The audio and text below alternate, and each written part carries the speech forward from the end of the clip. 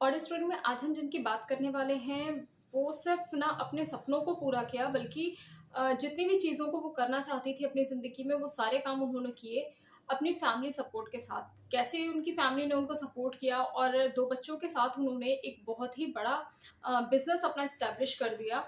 सिर्फ़ इंडिया में ही नहीं, इंडिया से बाहर भी वो एक्सपोर्ट करती हैं सामानों का। क्या है, पूरा समझते हैं इस वीडियो में। हेलो फ्रेंड्स, आज हम बात करने वाले हैं मिसेस मृदुला जैन की।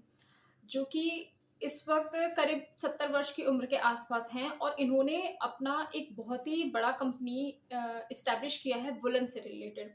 कैसे ये सफ़र था, क्या था, वो सब शुरू करते हैं। मृदुला जी एक बहुत ही ज़्यादा कंज़र्वेटिव फैमिली से बिलॉन्ग करती हैं, जो कि रूढ़िवादी टाइप फैमिली है, जिनमें कि एक नॉर्मल चीज़ें हैं कि ज़्यादा हायर एजुकेशन पे लोग केयर नहीं करते हैं, ध्यान नहीं देते हैं और शादी पे ज़्यादा प्रेफ़रेंस देते हैं। मतलब एजुकेशन और शादी में वो शादी को प्रेफ़रेंस देते हैं, कुछ ऐसा ही इनकी भी फैमिली का था। जिस वज़ह से इन्हें बहुत ही जल्दी शादी करनी पड़ी। बट हाँ, शादी के बाद इन्होंने अपने हस्बैंड मिस्टर अशोक जैन जी से कहा कि वो और आगे पढ़ना चाहती हैं हायर एजुकेशन के लिए। मिस्टर अशोक जैन ने भी इनको बहुत ज़्यादा सपोर्ट किया और हायर एजुकेशन के लिए हमेशा इनको आगे बढ़ने को हेल्प किया। इन्होंने एमए कंप्लीट किया इंग्लिश लिटरेचर में और जिस वक़्त ये एमए अपना कंप्लीट कर रही थी, उसी वक़्त इनके 2 बेटे भी हो गए। एमए कंप्लीट करने के बाद इन्होंने एक स्कूल जॉइन कर लिया एज़ अ टीचर और ये एज़ अ टीचर वर्क करने लगी।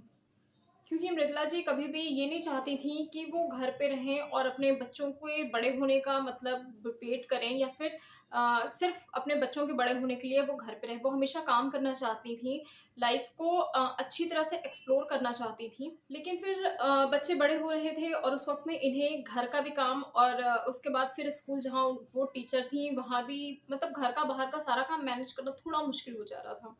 इस वजह से फिर उन्होंने स्कूल की जॉब छोड़ी और घर पर ही ट्यूशन स्टार्ट कर दिया। घर पे ट्यूशन के साथ-साथ में बच्चे भी बड़े होते गए। करीब 10 साल ट्यूशन के बाद में इन्होंने एक दिन कुछ इन्हें नया इनोवेटिव सा आइडिया आया। आइडिया क्या था वो पूरा समझते हैं।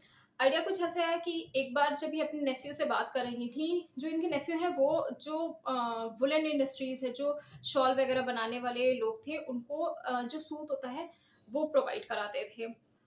तो उनसे ये बात करते हुए इन्होंने ये चीज़ रियलाइज़ करी कि कहीं न कहीं जो शॉल की इंडस्ट्रीज़ है यानी वुलन मार्केट जो है जहाँ शॉल बनते हैं, शॉल में बहुत ज़्यादा डिज़ाइन्स नहीं है।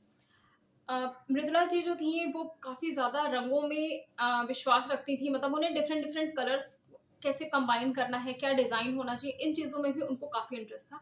कभी न कभी का वो पुराना शौक था जो कि इनका वापस बाहर आया और इन्होंने अपने हस्बैंड से फिर बात करी कि जो शॉल के डिज़ाइन आ रहे हैं, वो 2 ही 3 पैटर्न पे आ रहे हैं, 2 ही 3 डिज़ाइन आ रहे हैं।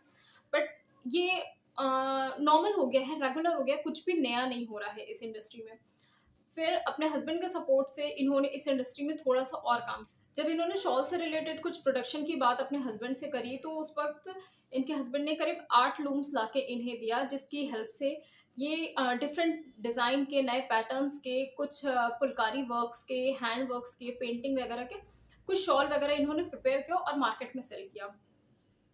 मार्केट में वो इतना लोगों को पसंद आया कि लोगों ने उसकी डिमांड और करी। डिमांड ज़्यादा होने के बाद में इन्हें जो फर्स्ट ऑर्डर मिला, वो करीब 10 लाख का मिला।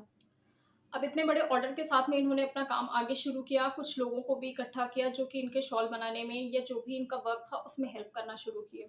धीरे-धीरे इन्होंने शॉल, लोइया, स्टोल, दुपट्टे pocket square, cushion throat, travel के उत्पाद भी करने लगे और इन्होंने लुधियाना में ही एक बहुत ही अच्छा अपना पूरा कंपनी जैसा बना लिया और वहाँ पर पूरी शॉल की जितने भी वुलन आइटम्स होते थे उसमें डिफरेंट-डिफरेंट डिज़ाइन में मैन्युफैक्चरिंग शुरू कर दी। लुधियाना में ही इन्होंने shawl club and wool association की जो स्थापना थी उसमें भी काफ़ी ज़्यादा इनका महत्वपूर्ण भूमिका इन्होंने निभाई थी। इसके बाद सरकार द्वारा इन्हें वूल इंडस्ट्री में और ज़्यादा अच्छी स्टडी के लिए स्पॉन्सर भी किया गया विदेश जाके और पढ़ाई अच्छी करने के लिए और फिर वापस अपने देश आकर उन चीज़ों को और अच्छा इफ़ेक्टिव बनाने में। उस टाइम पे इंडिया में पावर लूम के उपयोग पर भी कुछ प्रतिबंध था। इन्होंने करीब 5-6 साल की मशक्कत के बाद में सरकार से बात करते हुए इन्होंने वो पावर लूम पे जो भी कानून थे, उनमें भी थोड़ा बदलाव किया और जो प्रतिबंध था, उसे भी हटाने में बहुत ज़्यादा मदद की। इसके साथ-साथ इन्हें सिर्फ़ इंडिया में ही नहीं, विश्व में भी बहुत सारे अवार्ड से नवाज़ा गया। धीरे-धीरे इनके दोनों बेटे भी इसी इंडस्ट्री में इनके साथ आ गए और जो इनकी कंपनी थी, उसमें अब पूरी फैमिली मिलके काम कर रही थी, हस्बैंड, वाइफ़ और दोनों बच्चे। इनके दोनों बेटे भी इनकी इंडस्ट्री में बराबर का काम कर रहे थे।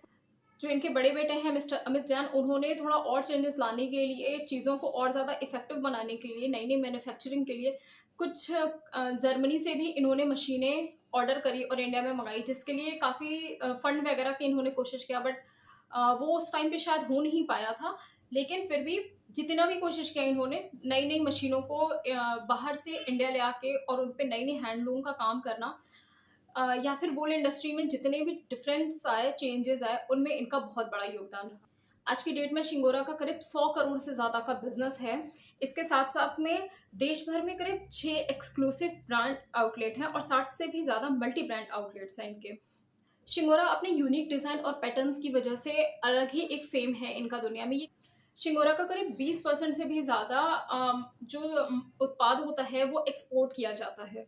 ना सिर्फ इंडिया में, इन्होंने पूरे विश्व में वुलन मार्केट का एक अलग ही पहचान बना दिया है। एक अलग ही नाम से उन्हें फैशन की इंडस्ट्रीज़ में एक नई तरह से इंट्रोड्यूस किया है।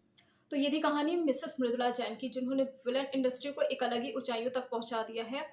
बहुत सारी प्रॉब्लम्स इन्होंने फेस की, मगर उनसे डरे बिना आगे बढ़ती गईं ये। ये कहती हैं कि इनके पीछे इनकी फैमिली का सपोर्ट सबसे बड़ा था। अगर आपकी फैमिली आपके लिए सपोर्टिव है, तो आप दुनिया में कुछ भी कर सकते हैं। सो इस कहानी से कुछ सीख लीजिए, और अगर आप भी ऐसा कुछ करना चाहते हैं, तो ये मत सोचिए कि आपकी शादी हो गई है, आपके बच्चे हो गए हैं या आपकी उम्र क्या है।